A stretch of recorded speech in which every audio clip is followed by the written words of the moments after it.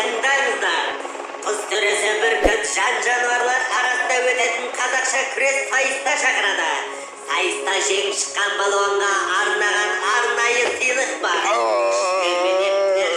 Бұл сайыста қазақ даласының түкпір-түкпірінен келген балуандар күш сынасады.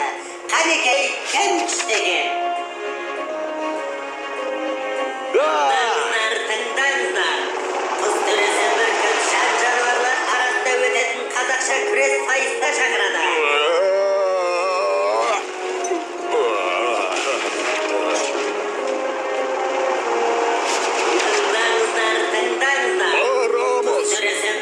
Жан жануарлар арасында өтетін қазақша күрес сайыста шақырады. Сайыста жеңіп шыққан балуанға арнаған арнайы сыйлық бар. Күштілер мен ерлер жиналатын бұл сайыста қазақ даласының түкпір-түкпірінен келген балуандар күш сынасады. Қанекей кім күштері?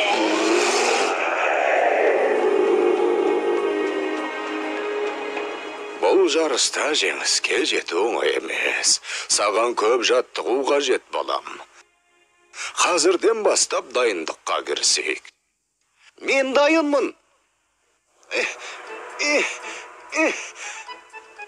Төзімді бол. Бұл да балуанға аса қажетті қасиеттің бірі. Жарты жолда жігеріңді жасытып алсаң, жеңіске жету қиын болады, ұқтың ба? Ұқтым. Ал енді мына қатты тастарға толтырып әкел.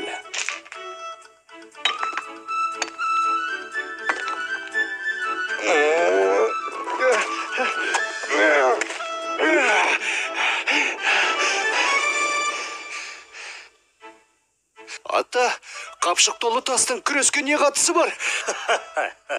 Керек тастың ауырлығы жоқ деген балам.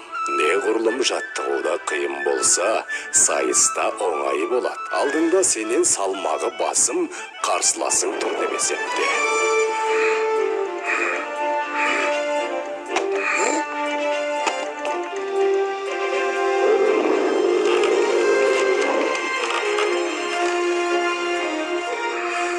Өзіңнен күші басым қарсыласыңды әдіс айламен ғана алуға болады. Мысалы, анда қарашы.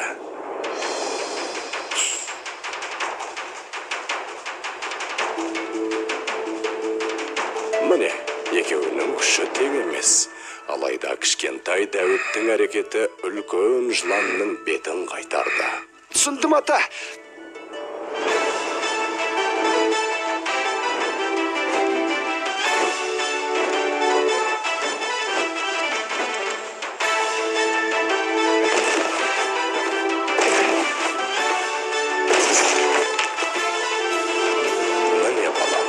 Сен сайысқа дайын болдың.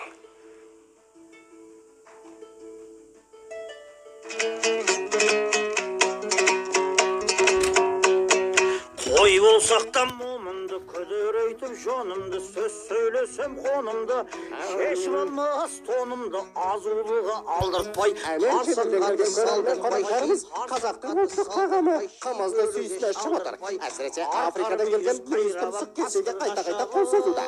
Ас болсын, мырзалар. Oh yes, come on, very good. Арқар мүйіз қайрап ап қасқырға шабыр мекен біз. Бұл жарысқа қазақ даласының түкпір-түкпірінен келген ең мықты балуандар қатысып отыр. Осы күрес сайысын біз жеңімпаз балуанның атымен атауды ұйғардық. Күш атасын танымас деген. Бәріңізге де жеңіс жолында сәттілік тілейміз. Мүйіз тұмсық қымызға елтіп, тұмсығымен жерсізде түреліп қалыпты ғой. Обалай. Алғашқа жұп қасқыр мен қоян. Қасқыр қасқырлығын істеп менсінбей тұрған сияқты. Төреші дуадақтың да басы дуылдап тұр. Жарайсың қоян. Орта батыр болды деген міне осы. Ортаға екінші жұп шақырылды. Арқар мен борсық. Арқар бірден шабуылға шығып, борсықты тықсырып барады. Қойты дей мынау. Бәрекелді. Борсық балуан арқардың аяғын аспанмен келтірді. Үшінші жұп аюдай ақырған аю. Қабандай күркіреген қабанмен күрескелі жатыр. Аю балуан әлегенді аты бұрып жеңіске жетті. Қандай ғажап. 4-ші жұпқа кезек келді. Тау батыры Барыс пен Қызылқұмнан келген Келес балуан. Міне бел ұстасты, Барыс шалыс қимылмен Келесті атып ұрды. Келеске жеңіс елес боп қалғандай. Жартылай финалға қиналмай шыққандар. Қоян мен Аю, Борсық пен Барыс балуандар. Іске сәт.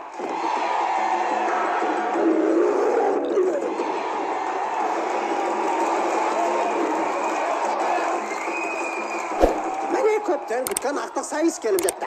Орман алыбы Аю балуан мен Тау батыры Барыс балуан кім жеңеді? Бүкіл қазақ даласы көз тігіп отырған бұл сайыста қай балуанның күші басым болар екен? Жайқын күш иесі Аюдың темірдей құрсауынан Барыс ептілігінің арқасында тағы да сілтеп шықты. Аю қалай лақтырса да Барыс аяғынан тік түсуде. Қандай ептілік, қандай төзімділік. Барыстың жеңіске деген жігеріне таңданбас қамал жоқ. Мұндайда әдіс айла артық етпес еді. Өзіңнен күші басым қарсыласыңды әдіс айламен ғана алуға болады.